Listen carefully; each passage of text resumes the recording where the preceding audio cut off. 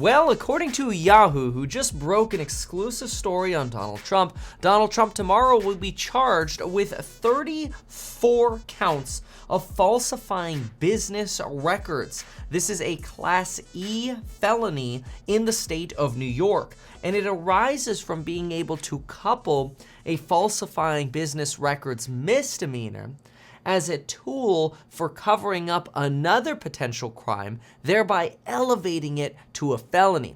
For example, let's say you happen to conduct a campaign finance violation to pay somebody hush money not to say bad things about you during your campaign.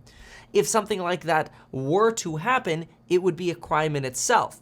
And if then in a filing you said you've never paid hush money to someone else, now you have created a false document to represent that another crime did not happen. In other words, the other crime, the original crime, may be enabled by the falsification of business records.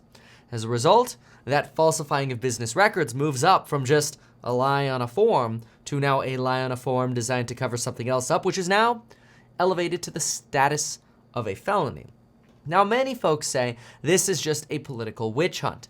And my job here isn't to provide a political opinion in one way or another. It does seem odd that you have a Democratic district attorney who's made it very clear their goal is to bring Donald Trump to justice, to elevate such a section of the law to a felony and bring Donald Trump to court, while at the same time many other felonies, including violent felonies, especially in Manhattan, where the felony conviction rate is less than 28%. Heck, the misdemeanor conviction rate is less than 25%. Why, if all of those other violent crimes potentially fail to be prosecuted or downgraded, is Donald Trump's elevated? Well, maybe it has to do with the sheer severity by amount of documents that potentially were falsified. If there were 34 documents, is it possible there's much more to the story than meets the eye? That is a question that's circulating on social media now.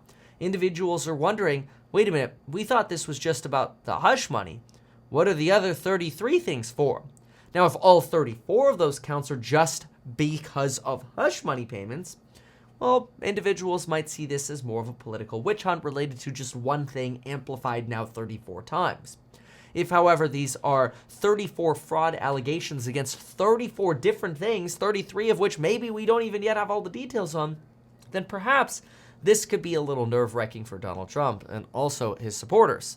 Let's take a quick look at what this section is, by the way, of the New York Penal Code that he might be getting in trouble with. Let's take a look here. So here, this is from a Salland Law Group who wrote this piece. And they write what a first-degree falsifying business record felony looks like.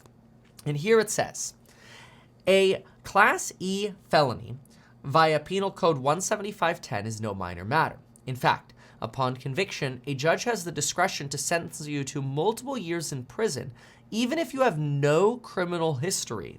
That means Donald Trump could potentially, if convicted against 34 counts of these crimes, face time or potentially multiple years in prison.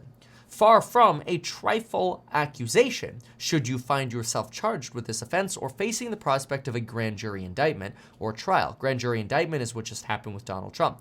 A grand jury found Donald Trump, at least that there was enough evidence to bring charges against Donald Trump.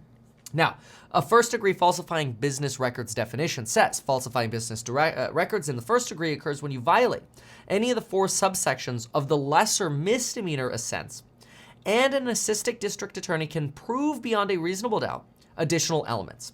Coupling the crime of the misdemeanor falsifying business records, prosecutors must establish that you had the, quote, this is a very important line here, intent to defraud others, and further, your criminal intent to hide the commission of another crime was present. In other words, you not only lied on documents, which was an intent to defraud, but you did so in conjunction with another crime. Now, prosecutors here are going to have to prove that Donald Trump knew what he was doing was fraudulent. That is, did an employee do this? Did Michael Cohen do this? Or did he direct this? So they would have to prove that he was responsible. Then they would have to prove intent to defraud someone. Those are two very important barriers that prosecutors, and therefore the jury, will have to evaluate.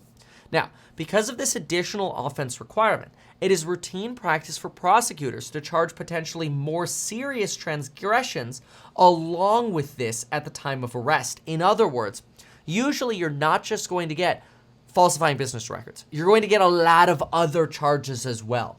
In this case, so far, according to the exclusive from Yahoo, it looks like we might only be facing 34 counts of falsifying business records, which in that case would be very unique and somewhat unprecedented. But then again, everything about this is somewhat unprecedented and unique, and kind of makes me want to remind you about the paid promotion to get life insurance in as little as 5 minutes.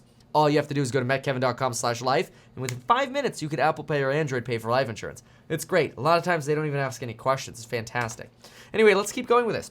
As briefly noted on the main page of falsifying business records, an affirmative defense that can be made is that if the falsification was made by an employee without the personal gain, without personal gain, in other words, the employee did so under the direction of somebody else, without any kind of personal gain, they might be able to say, hey, I did this because my boss told me to. Like, don't hold me accountable to this.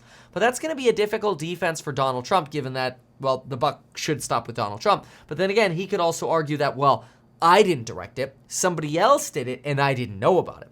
Any felony crime is punishable or potentially sanctionable by more than 1 year in jail. This crime is no exception. They do, however, say, if you have the right legal advocate, you may be able to get a sentence such as probation, community service, or fines rather than incarceration. Now, they give an example here. They say you alter a spreadsheet at your employer's business. The spreadsheet maybe includes items received, services rendered, so on. Whatever information is on the spreadsheets, there's no dispute that employers use these material as a regular part of business. With the mere alteration, it may not be a felony. So in other words, if you go and you change a number, maybe that's not a felony. It's definitely a crime, but it's not a felony. And your employer claims you altered the records now to cover up a $750 theft. Now, while that theft would only be petty larceny of $750, which is kind of like a slap on the wrist, because you falsified business records and coupled it with another misdemeanor, now you have yourself a Class E, which is the lowest degree of felony in New York, but you have a felony. Now, of course, if you then stole more than $1,000 and now you have grand larceny, which could even be a bigger crime, bigger than a Class E felony, well, now you've got two big problems. But this just gives you a hypothetical example of how this could potentially look. Now, Jack, could you pass me Karen? Now, I would just like to remind you of something very important. If you're ever in life and finding yourself needing defense, make sure you get a Karen in your life. This is Karen. Jack, where did you get Karen? Get over here. From a YouTuber shop. From a YouTuber shop. Whose? I think it was like Kinkowski or something. Kinkowski or something like that. Anyway, find yourself Karen at their YouTube channel. Jack has been protecting our house with it, and maybe you can as well. So, thanks, Jack. You could buy a real one on Amazon. Like it's a real robot, but yeah. Why didn't you get the real robot? That's a lot of money. Because it's a lot of money. All right, dude. Thanks, man.